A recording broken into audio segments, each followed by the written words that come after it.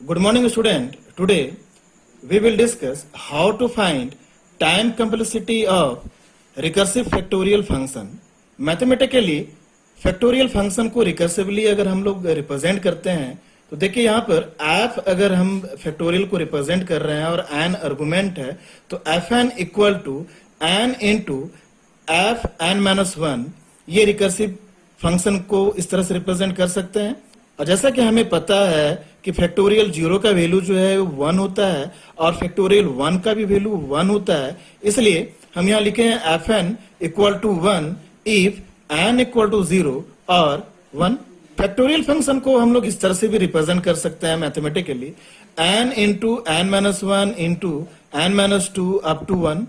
और इस तरह से अगर हम रिप्रेजेंट करते हैं तो इसे हम लोग बोलते हैं आइटरेटिव मेथड।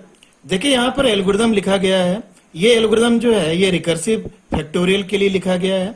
यहाँ देखिए एल्गोरिथम में एफ जो है ये रिप्रेजेंट कर रहा है फंक्शन के नेम को और एन जो है ये आर्गुमेंट है। और यहाँ इफ कंडीशन के साथ हम अप्लाई किए हुए हैं एन इक्वल टू 0 और एन इक्वल टू 1। ये टर्मिनेशन कंडीशन के नाम से भी जाना जाता है और इसे हम लोग कहते हैं base condition. If this condition is true then return 1, else return n into f n minus 1। यहाँ पर f n minus 1 को देखते हुए हम ये बोल सकते हैं कि the function call itself, that is why it is recursive method। और इसे हम लोग recursive case या recursive base condition भी बोलते हैं। To calculate recursive factorial function, the best way and the easiest way is recursion tree method। तो चलिए इसे एक एग्जाम्पल के थ्रू समझते हैं। यहाँ देखिए n की वैल्यू हम अगर 5 लेते हैं, यानी कि 5 जो है इसका फैक्टोरियल कितना होगा अगर ये हमें पता करना है, तो ये फंक्शन जो है देखिए यहाँ पर रिप्रेजेंट किया जा रहा है f5 से। जब 5 जो है एज एन आर्गुमेंट ये फंक्शन रिसीव करेगा, if n equal to 0 n equal to 1 this condition is false, तो हम एल्स कंडीशन में आएंगे। एल्स कंडीशन में फिर से n into f n minus 1 ये इंस्ट्रक्शन एग्जीक्यूट करेगा, तो ये मिल रहा है f into f n minus 1 means 4। Okay, f4 की वैल्यू जो है हमें ये भी पता नहीं है और until this value will not come we can not compute 5 into f4। और यहाँ पर फंक्शन खुद को कॉल कर रहा है फिर से और एज एन आर्गुमेंट ये 4 लेके आ रहा है, तो एन जो है ये 4 जब हो रहा है तो इसका ये कंडीशन फॉल्स होगा और फिर से ये स्टेटमेंट एग्जीक्यूट करेगा, तो हमें मिलेगा 4 into f n minus 1 means 3। और फिर से f3 के वैल्यू जब तक हमें नहीं मिलेगा we can not compute 4 into f3। अब यहाँ से फंक्शन जो है 3 एज एन आर्गुमेंट लेके आएगा और यहाँ से फिर से ये कंडीशन एग्जीक्यूट करेगा, तो हमें मिलेगा 3 into f n minus 1 means 2। तो जब यहाँ से फंक्शन फिर से 2 एज एन आर्गुमेंट लेके आएगा तो ये इंस्ट्रक्शन एग्जीक्यूट करेगा n into f n minus 1, तो यहाँ से हमें मिलेगा 2 इंटू एन माइनस 1 मीन्स 1। जब ये फंक्शन खुद को कॉल करेगा और n जो है n के वैल्यू 1 होगा तो ये कंडीशन जो है ये कंडीशन ट्रू हो जाएगा और यहाँ से हमें रिटर्न 1 मिलेगा। तो जब यहाँ रिटर्न 1 मिलेगा 2 इंटू 1 हमें मिलेगा 2। ठीक है, अब ये वैल्यू जो है यहां से वापस आएगा f2 के पास और यहां पर 3 इंटू 2 यानी अब हमें मिलेगा यहां पर 6 और यहां से फिर से ये वैल्यू यहां रिटर्न वापस आएगा और 4 इंटू 6 यहां हमें मिलेगा 24 और यहां से फिर हमें 24 जब वापस आएगा तो यहां मिलेगा 5 into 24 equal to 120 and this would be the output. हमें इस बात को समझना है कि whenever we are designing a function as a recursive function, तो सिस्टम जो है ये इंटरनली ये रैम में स्टैक क्रिएट करता है और ये जो स्टैक है इसे हम लोग कॉल स्टैक भी बोलते हैं। अब यहां पर क्या हो रहा है कि जब ये इंस्ट्रक्शन एग्जीक्यूट कर रहा है तो 5 इंटू f4, लेकिन ये f4 हमें पता नहीं है, that is why we can not compute this 5 into f4। तो ये जो है ये इंस्ट्रक्शन जो है ये इंस्ट्रक्शन पुश हो जाएगा बॉटम में स्टैक के बॉटम में। और ये जो प्लेस होल्डर है यहाँ पर देखिए, यहाँ प्लेस होल्डर हम लिख रहे हैं, और ये प्लेस में जो जब तक ये वैल्यू हमें मिलेगा नहीं, we can not compute this. और ये जो प्लेस होल्डर है इसे ही हम लोग बोल रहे हैं F4, ठीक है। अब यहां से फंक्शन फिर से कॉल हो रहा है। ये जो इंस्ट्रक्शन है 4 इंटू F3, ये फिर से जो है ये स्टैक में पुश होगा, और यहाँ पर ये प्लेस होल्डर का काम करेगा ये। अब जब तक ये वैल्यू हमें मिलेगा नहीं यहाँ पर, we can not compute 4 into this one. और ये जो प्लेस होल्डर का काम कर रहा है, this is nothing, this is F3।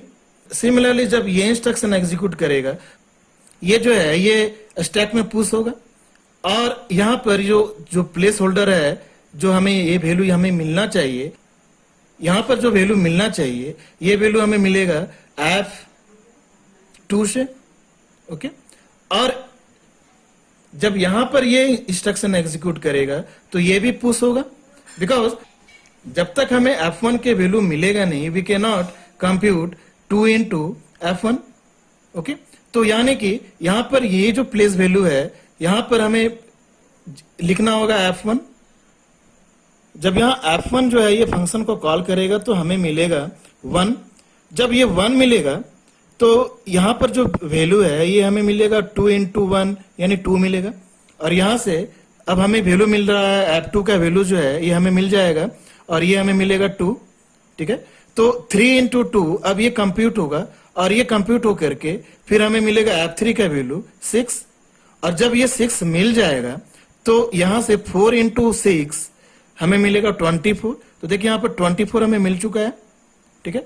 Now 5 into 24 equal to 120।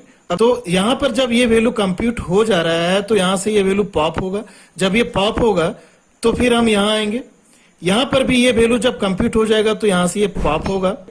यहां पर जब वैल्यू कंप्यूट हो जाएगा तो फिर यहां से ये पॉप होगा। वैल्यू यहां से पॉप होने के बाद में हम यहां आएंगे, यहां से जो वैल्यू है ये हमें मिलेगा 120। जब ये वैल्यू पॉप होगा तो हमें जो आउटपुट हमें मिलेगा 120।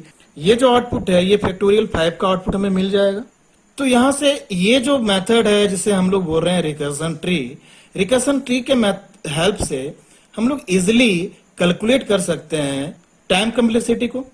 टाइम कम्प्लेक्सिटी को अगर हम रिकरेंस रिलेशन से रिप्रेजेंट करें तो हम लिखेंगे Tn equal to some constant time and Tn-1।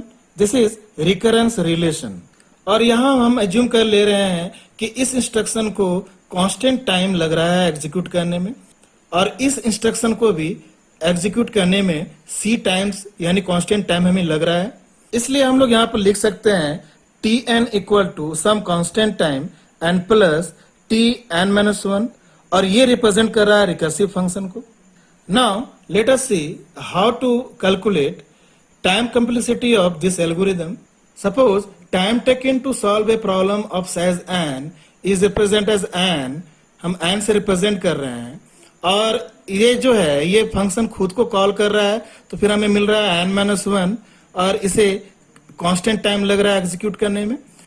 फिर से ये जब n-2 as an argument receive कर रहा है तो यहाँ पे भी टाइम लग रहा है c टाइम कांस्टेंट टाइम, और फिर इसी तरह से n-3 के लिए भी ये c कांस्टेंट टाइम ले रहा है। तो सिमिलरली अगर हम इसको जनरलाइज करें, जब ये सब्ट्रैक्ट करते करते 1 तक हम लोग आएंगे तो ये यहां तक हम लोग c टाइम हमें लगेगा। जब इसे हम सम करेंगे तो ये मिलेगा c इंटू n। तो यहां से हमें पता चल रहा है कि time complexity of recursive factorial algorithm is order of n।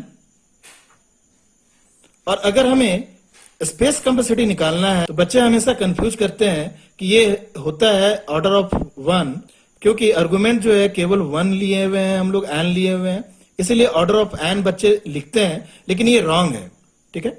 तो हमें करना क्या है, ये बात को समझना है कि स्पेस कम्प्लेक्सिटी अगर रिकर्सिव एल्गोरिथम में हम लोग सोचते हैं तो स्टैक बनता है, और स्टैक का जो साइज है it's depend upon the size of input, यानी n पर डिपेंड करेगा ये, है ना। इसलिए हम जब भी लिखेंगे space complexity of this algorithm तो ये जो है ये होगा ऑर्डर ऑफ n।